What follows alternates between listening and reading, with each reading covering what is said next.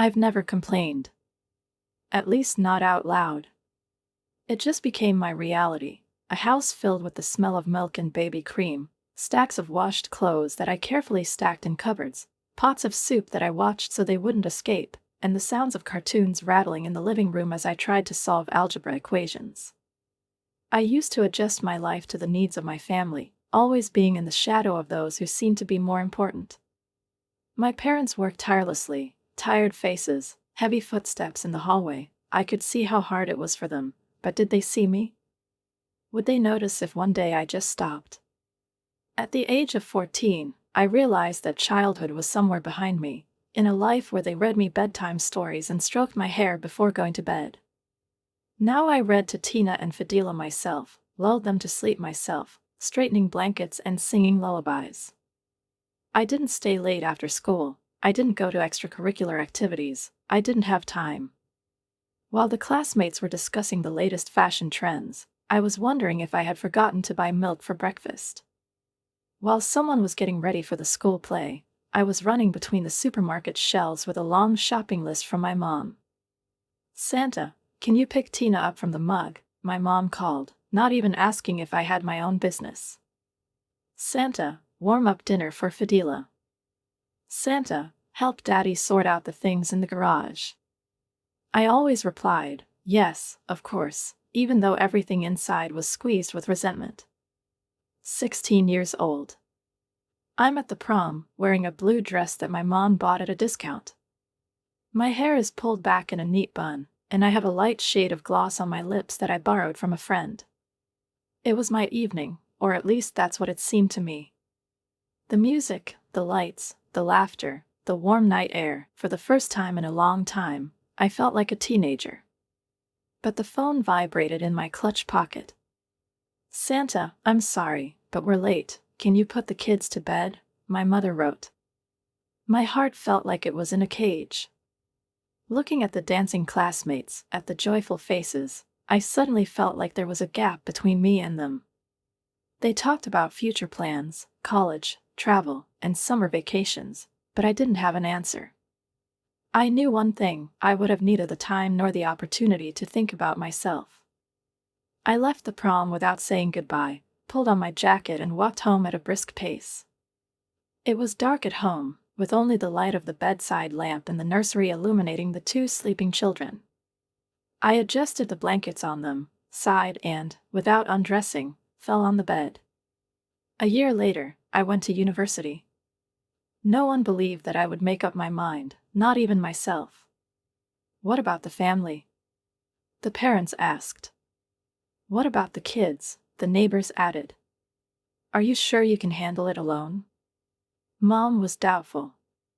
But for the first time, I allowed myself to be selfish. I packed a suitcase, bought a ticket, and left for a city where I had no friends or support. Just me. Now, sitting in my rented apartment, I looked around at the few things scattered around the room: a small bookshelf with my collection of cookbooks, a used coffee table that I found in a thrift store, a houseplant given by a colleague for a housewarming party. There wasn't much to show for 24 years of my life, but accepting it all with a smile on my face made me feel free. I realized how I got here. But to answer this question, I had to go back 7 years to the day when everything changed. My parents brought home the twins, Tina and Fadila. I remember that day, my mother's beaming smile, my father's tired but happy eyes, two tiny sparkles resting in soft blankets. I didn't realize then how this moment would change my life. Dad put his arm around my shoulder as we stood in the nursery, looking at them. "You're all grown up now, Santa," he said, squeezing my shoulder. "These two will need big sister's help." I nodded proudly, puffing out my chest. I felt important, needed. At first, it was small things: to set the table while Mom was feeding the babies, to put away the toys when Dad asked, to bring diapers. "Santa, be a good girl and help me dust off," Mom said, bouncing the moody angel on her hip. "Santa, can you put your clothes away?" Dad asked, rocking Tina. I bustled around the house, running errands with a sense of accomplishment. But as I grew up, these assignments multiplied tenfold. I was looking after the twins while my parents were running errands. "Look after your brother and sister," Mom said, grabbing her purse. "We'll be back in a few hours." But Katie invited me to the park. I began, already knowing the answer. "You can play with your friends another time." But there was no other time. I loved Tina and Fadila, I really did. But I couldn't help but notice how unevenly the love was distributed in our family. My 11th birthday was a reminder. A small cake from a grocery store, a used video game from my father, a bracelet made by a friend. We played a board game quickly, and Mom said it was getting late. A month later, the twins turned 4. Balloons, painted faces, a branded cake with their names, 15 children from kindergarten, mountains of gifts. After the guests left, I cleaned up the leftovers for 2 hours while Tina and Fidel played with their new toys. By the age of 13, I was actually running the household. Every morning, I woke the twins, helped them get dressed, made breakfast, walked them to school, then ran to mine. After school, I picked them up, cooked dinner, cleaned the house, and did my homework late into the night. And I have never asked myself, where is the place for me in this life? Mom and Dad both worked full-time and seemed to have forgotten that I, too, was a child, that I, too, could have had desires, dreams, the right to rest, to carefree, which, as it seemed to me now, was taken away from me too early. I got used to their tacit expectation that all household chores are my responsibility, that taking care of Tina and Fadila is not just a help, but a duty from which there is no way out. But when I turned 16, things got even worse, as if there was no limit to what they could put on my shoulders. I remember that evening well. My parents invited me to the kitchen for a family meeting, serious faces, intense glances, and for the first time in a long time, the feeling that the conversation would be more than just another request for help. The twins were not included in this meeting, although, as I soon realized, their lives did not change in any way, only mine had to change. "We have something important to discuss," Dad said, folding his arms on the table and looking straight into my eyes. Mom, who was sitting next to him, nodded, as if confirming the weight of his words. "We are having financial difficulties." I blinked, trying to figure out what he was getting at, but the next sentence sounded like a punch. "You need to get a job after school to help your family." I froze, unable to immediately comprehend the meaning of what was said. A job? After school? But what about my homework? What about taking care of Tina and Fadila? Then who will do it all? "You're going to have to do it anyway," Mom replied dryly, as if it were something self-evident. I felt something constrict inside me. They didn't ask, they confronted the fact. They didn't ask if I could do it, they didn't think I could do it. There was no question for them. "You'll find a job with a flexible schedule," Mom added, not even giving me a chance to object. The next day, I applied to several places, and by evening, the owner of a small cafe 2 blocks from our house, a man named Jerry, hired me without hesitation when he heard that I could work every day after school. First, I washed the dishes, then I started clearing the tables, and a month later I was delivering orders to customers. I gave every salary to my parents. Every last cent. When one day, having gathered my courage, I cautiously asked if I could keep at least a small amount, my mother looked at me as if I had suggested burning down the house. "We feed you and give you a roof over your head," she said sharply. "The family needs this money." I lowered my head and said nothing. But after a few weeks, when I had gathered my strength, I started talking again.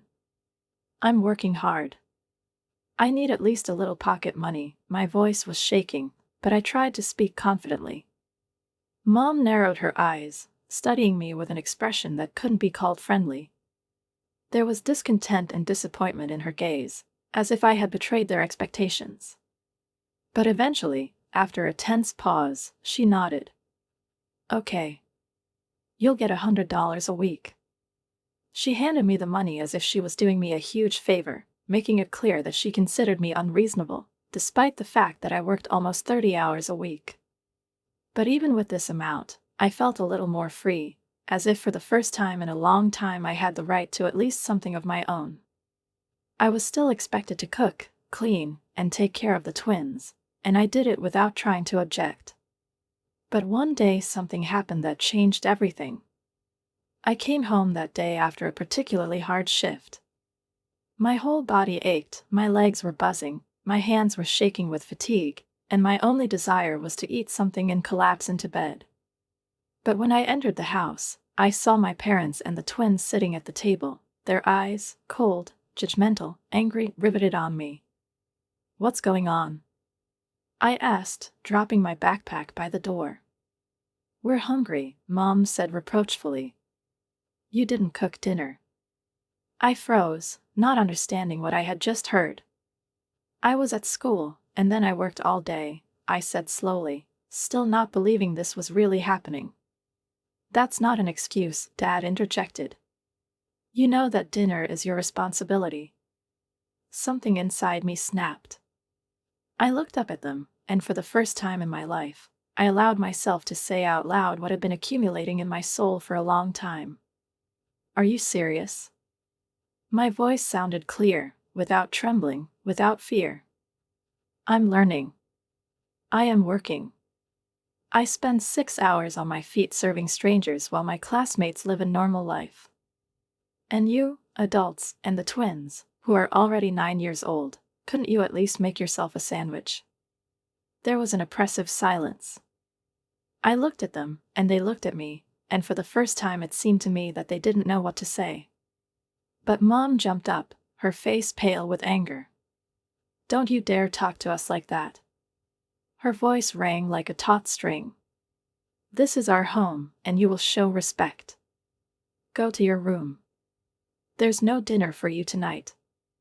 I watched as Dad silently picked up the phone and ordered 2 pizzas, for himself, for Mom, for Tina and Fadila. Not for me. I didn't argue. I made myself a cup of tea, cleared the table for them after they ate the pizza, washed the dishes and went to my room. My stomach rumbled, but I forced myself to sleep. My graduation was supposed to be a milestone. Most of my classmates had parents throwing parties, buying gifts, and discussing college. I paid for my dress myself, out of the tiny amount I had saved. On the day of graduation, my parents showed up a few minutes before the ceremony began, no earlier, no later, timing it precisely so that they could complete the formality, but not stay longer than necessary. They sat in the back row, silently listening to the speeches, watching blankly as classmates hugged their parents, and they proudly photographed them in robes, capturing this moment as one of the most important in life. When the host announced my name, I went up on stage, feeling my heart pounding, but not from excitement, from emptiness. I got my diploma, turned around in search of my family, but my mother only glanced at me briefly, and then at the clock. "We have to go," she said as I approached them, clutching my diploma, which seemed to make a difference. "Fadila has a football match in an hour." And that's how they left. I was standing in my blue dress, among a crowd of classmates, surrounded by friends and families, and then I turned around and walked towards the bus stop. That evening, while others were out partying, celebrating, laughing, and making plans for the future, I took over my shift at the cafe. Jerry, the owner, looked up when he saw me. "Santa, isn't it your graduation today?" "What is it?" he asked in surprise. I shrugged my shoulders. "I need the money." Jerry looked at me carefully, then sighed and continued to wipe the counter. "You know, you're one of my best employees. You're always on time, you never complain." He paused, as if considering before continuing. "But you can't build a career in a small cafe like this." I looked up, not knowing what to say. "My cousin, Bettino, owns a restaurant in the city center." "This is a good place." Jerry put down the rag and leaned his elbows on the counter. "He's always looking for reliable people. If you want, I can put in a good word for you. They pay better there." I nodded. 2 weeks later, I got a job at Patino's restaurant. The work was more difficult, the shifts were longer, but the tips were much higher. My parents were thrilled to see my first paycheck, which, of course, I gave them in full. They didn't say, "Thank you," or "Well done," to me, they just took the money, as if it were the way it should be. My daily routine has changed, but my expectations haven't.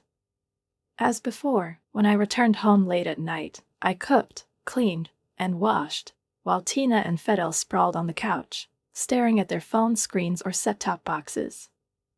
It seemed that I was the only one who existed in a constant work mode, while everyone else was just using the results of my efforts. One day, after a 10-hour shift, I returned home and saw a mountain of dirty dishes in the sink and scattered laundry on the floor.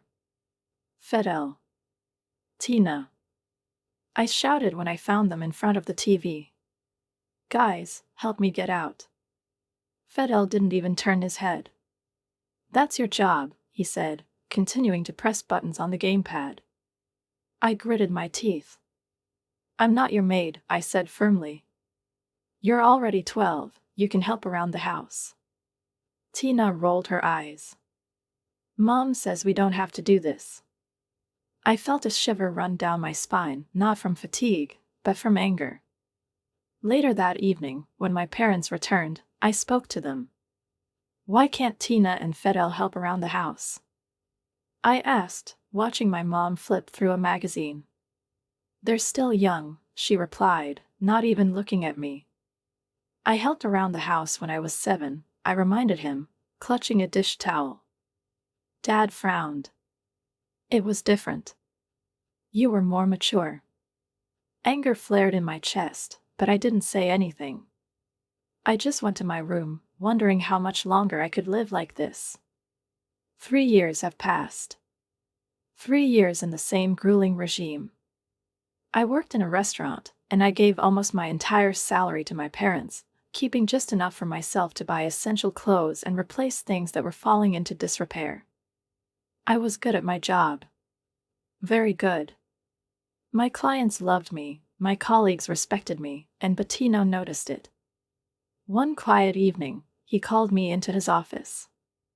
"Santa," he said, leaning back in his chair, "how long do you want to work as a waitress?"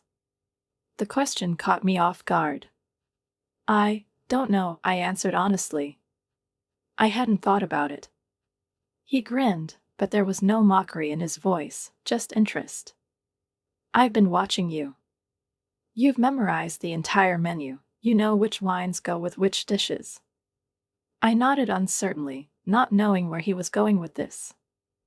"I've seen the way you look at the kitchen," he continued, locking his fingers together. "You don't just do your job, you observe, you learn, you understand how everything works." I felt my heart tighten at the sudden realization. "Do you like cooking, Santa?" I opened my mouth, but it took me a moment to find the answer. Do I like to cook? In my life, eating has always been a duty, not a choice, not a joy, but a necessity. But there were moments. When I was experimenting with spices, trying new recipes, and reading cooking books on my shelf with interest. I looked up at him. "Yes," I breathed. "I love you."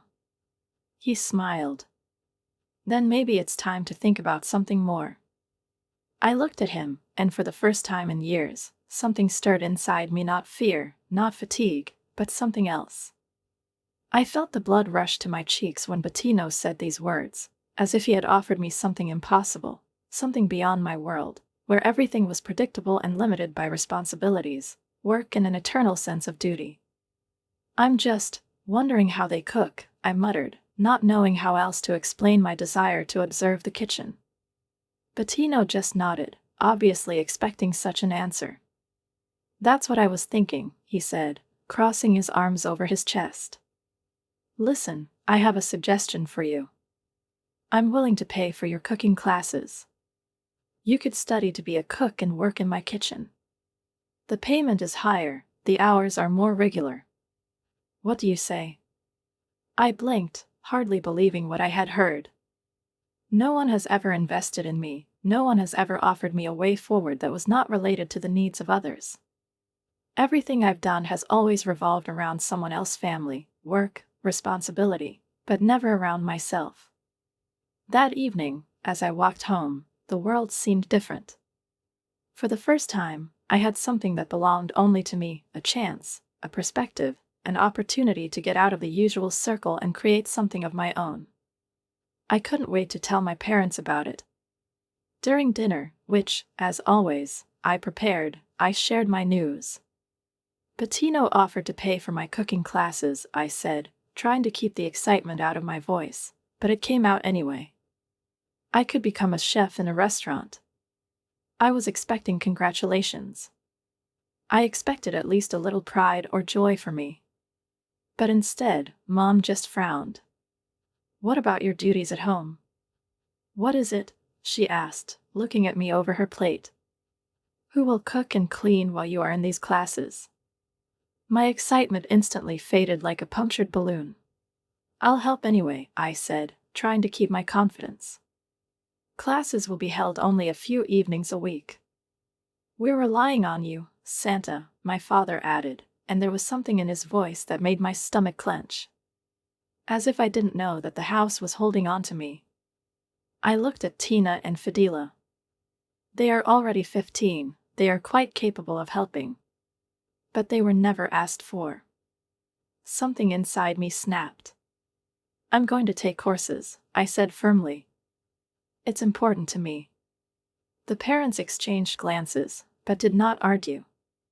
I realized that they saw something new in my face: firmness, determination, something that I hadn't had before. The cooking classes were challenging but exciting. For the first time in my life, I was doing something exclusively for myself. I learned slicing techniques, the basics of making sauces, and balancing flavors. I worked hard, absorbing every new knowledge, experiencing a rare feeling of delight. I was doing something that I really liked. At work, I became friends with Leah, a waitress who started around the same time I enrolled in the course. She was straightforward, witty, didn't tolerate nonsense, and knew how to stand up for herself, which I envied her a little. One day, during a break, she asked a simple question. "So do you live with your parents?" "Yes, with my younger brother and sister," I replied, taking a bite of the bun. "And you pay the rent?" I shifted uncomfortably. "Not really. I give them most of my salary." Leah raised her eyebrows. "How big?" I looked down. "Almost everything. I leave it only for the most necessary things." Leah froze for a moment, and then her face contorted with indignation. "And you still cook and clean up after them? Working full-time and taking courses?" When she put it that way, I suddenly realized how absurd my situation looked from the outside. I tried to explain that it was our way, that I was always expected to help, that my brother and sister were different, that my parents just weren't used to a different distribution of responsibilities. Leah listened, her expression getting more severe with each word. "Santa," she said when I finished. "This is not normal." I tensed up. "This is my family." "What family?" She replied sharply. "A family should support each other, and not use one person as a free labor force and ATM." I opened my mouth, but I didn't know what to say. Leah leaned forward. "You have to leave. Live your life." I couldn't help but chuckle, but her words stuck somewhere deep inside. Was I really used? Was it really wrong? I didn't have to wait long for an answer. A few days later, returning home late at night after a particularly difficult shift, I found the refrigerator empty and the sink piled with dirty dishes again. My parents weren't at home, but Tina and Fidel were sitting in front of the TV again, staring at their phones, not paying any attention to me. I opened the locker door, but it was empty too: no pasta, no rice, nothing to cook dinner with. "Have you even tried to cook something?" I asked, turning to them. "No," Fidel replied, without looking up from the screen. "And why?" Tina added. "That's your job." And that's when, at that very moment, I realized Leo was right.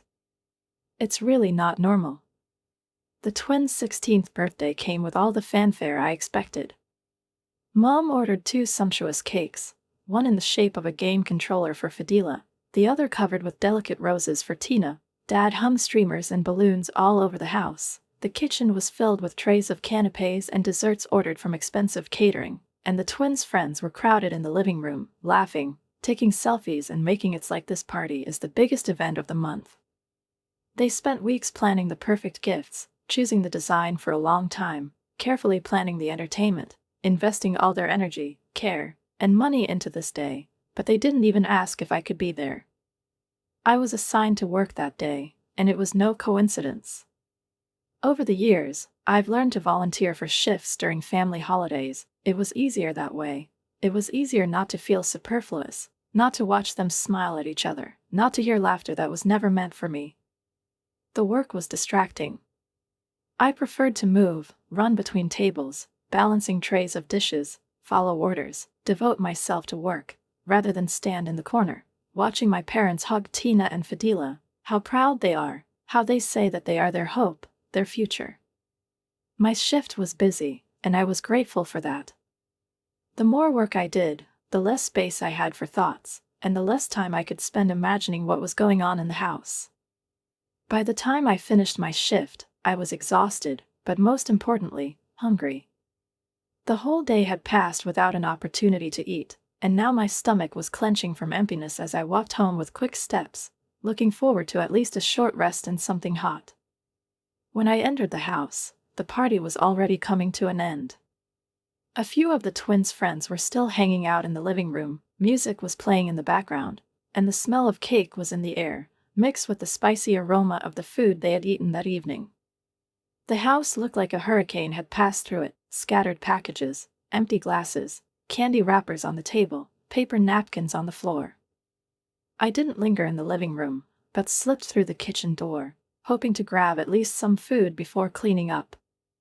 I found the leftover pizza in the fridge, put a few slices on a plate, sat down at the table, and was just about to take a bite when my mom came into the kitchen. "Oh, good, you're home," she said, glancing at me, and then, before I could stop myself, she reached out and pushed the plate aside. I froze. "The kids have made a mess in the living room, you can start cleaning up," she added, as if nothing had happened. My empty stomach clenched even more, but this time it wasn't just from hunger. "Mom," I said slowly, trying to stay calm, "I haven't eaten all day. I just want to eat." "The guests are about to leave," she replied without even blinking. "I need you to get out." Her tone left no room for argument, and yet something inside me flinched, something changed. "I'm hungry," I repeated more firmly. "I'm going to eat first." Mom's eyes narrowed. "Santa. Now." I reached for the plate, but before I could grab it, she snatched it out completely and put it away. "The dishes can wait," she said harshly. "Until you clean it up." It was a moment. That's the moment when something in me broke. I stood up slowly, looking my mother straight in the eye, and suddenly I felt a wave of rage rising inside, calm, inevitable, like a tide before a storm. "I've been working all day," I said evenly, despite the storm brewing inside. "I'm going to eat."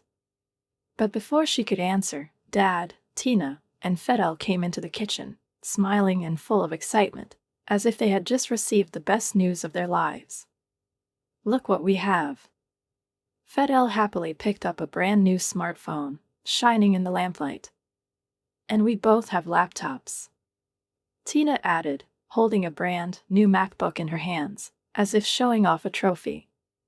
I looked at the expensive gifts, at their happy faces, then looked at my empty hands, at the mess I was supposed to be cleaning up, at the plate of pizza that no longer belonged to me, and something just clicked. "Congratulations," I said, my voice sounding louder than I expected. "When are you two going to start working after school?" The room froze. Tina and Fidel looked at me as if I had grown a second head. "What?" Fidel asked, frowning. "Work," I repeated, straightening up. You know how I've been doing this since I was 16. I looked at my parents, crossing my arms over my chest. When will they start contributing to the family?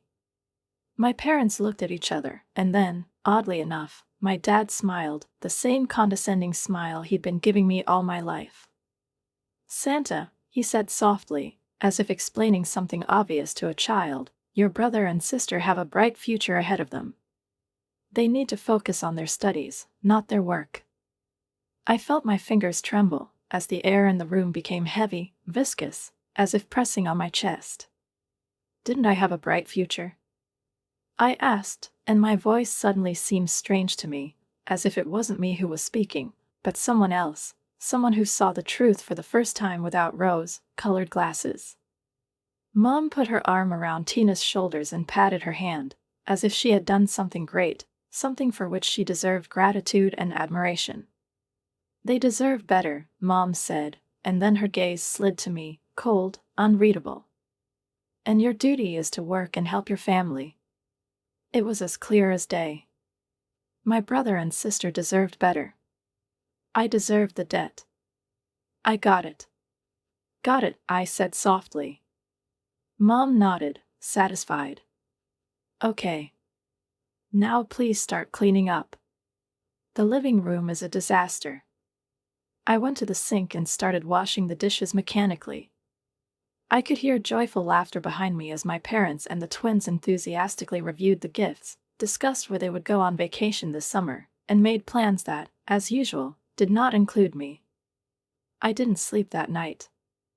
I lay in the dark, staring at the ceiling, and for the first time I allowed myself to really think about everything Leah had said, everything I'd experienced over the years, everything that had suddenly become painfully obvious. Nothing will change if I don't change it myself. By morning, my decision had been made. I waited until my parents left for work, and Tina and Fidel went to school, and then, feeling strangely calm, I packed my things.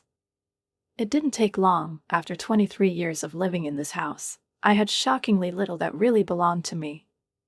I took out my phone, dialed Leah's number and, holding my breath, pressed the receiver to my ear, hoping that she would answer. Hey, how are you? Her voice was light, cheerful, as always. I tightened my fingers on the handle of the suitcase.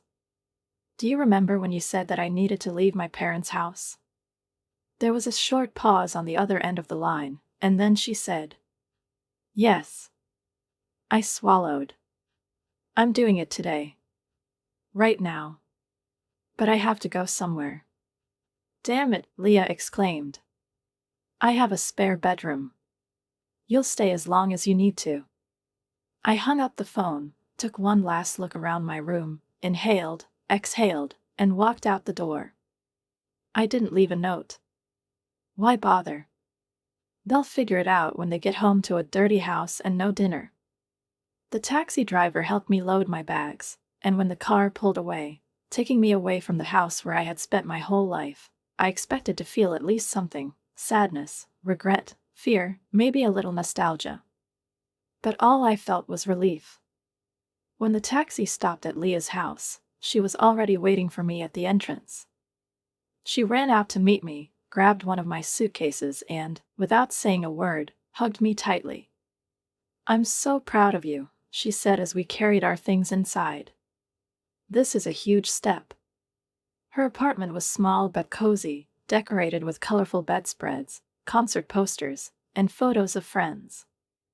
The spare room was tiny, barely big enough for a bed and a small chest of drawers, but it was more than enough.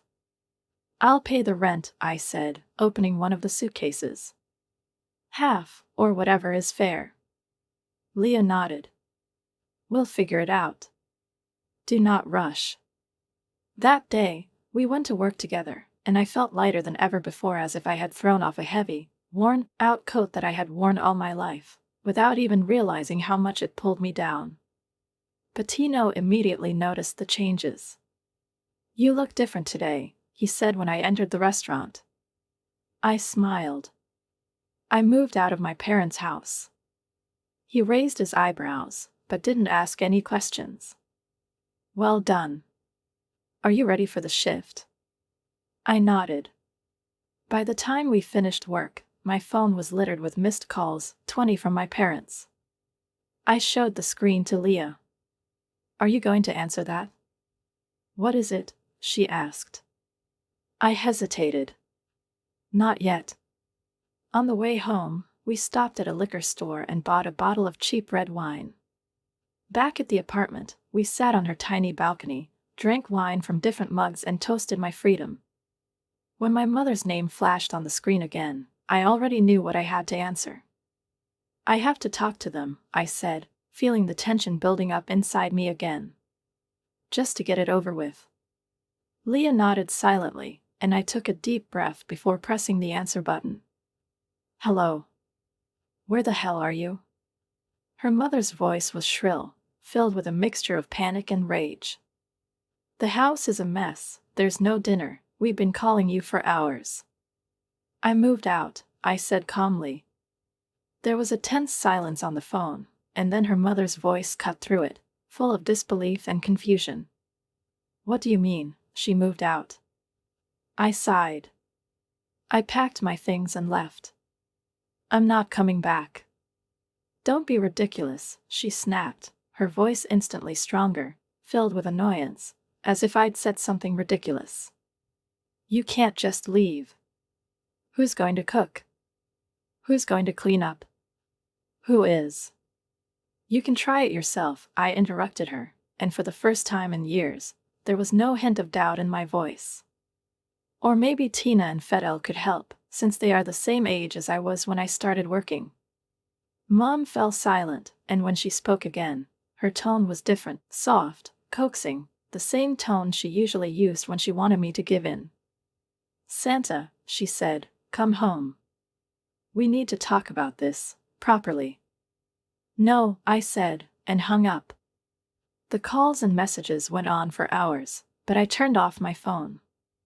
How are you feeling? Leah asked as we finished our wine.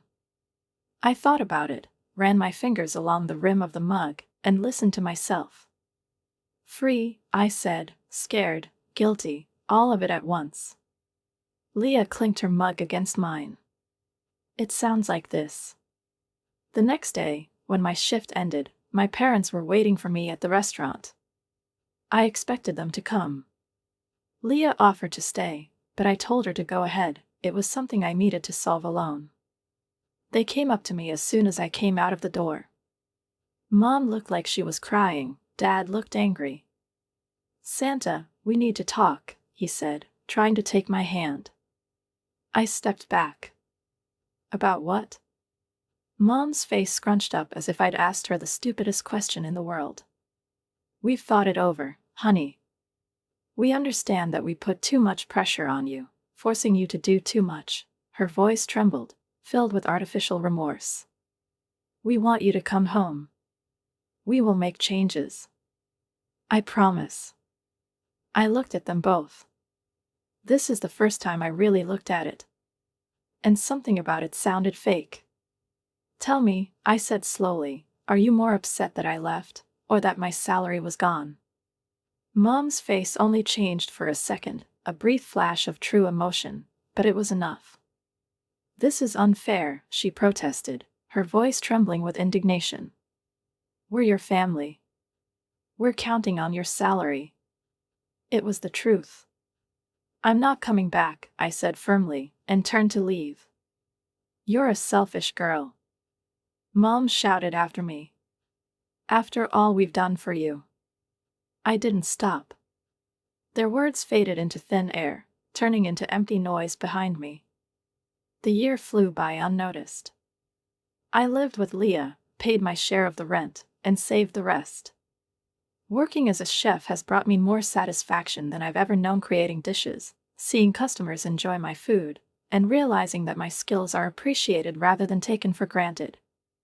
I almost forgot about my family when my phone rang from an unknown number. Against my better judgment, I answered. Hello, Santa. I froze. Mom. I almost hung up the phone.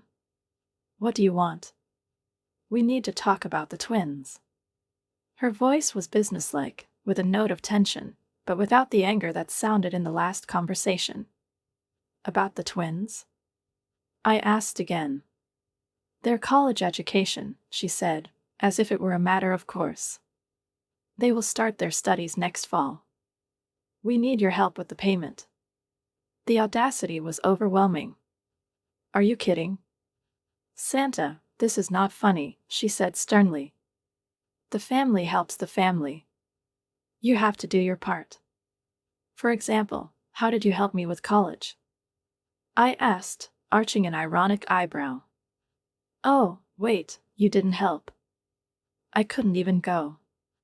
This is different. Mom was indignant. Gemini has real potential. I've spent years trying to please this woman. For years, believing that I was somehow less worthy than my brother and sister. But not anymore. I'm not paying for their college, I said firmly. I won't give you another cent. Never. You're selfish, ungrateful. I've been supporting this family since I was 16, I interrupted her. I cooked, cleaned, and gave you almost every dollar I earned. You've never thanked me. She never appreciated me. She never treated me like I mattered. I finished. She started another tirade about family responsibilities, about how I'd let everyone down, but I wasn't listening anymore. Goodbye, Mom, I said, and hung up. Then I blocked her number. And just in case, I changed mine. All the connection that remained between us was completely cut off. 2 months after that last call, I found my own apartment. It was small, just a studio with a kitchen and a bathroom, but it was mine. Leah helped me move in, and we celebrated with a takeaway dinner sitting on my used furniture. To independence, she said, holding up her can of soda. For choosing myself, I replied. And now, sitting in my rented apartment, looking at the few things that I have, for the first time I feel truly free. Bettino promoted me to assistant chef. It was the first time I started saving for culinary school. I'm building a future based on what I want.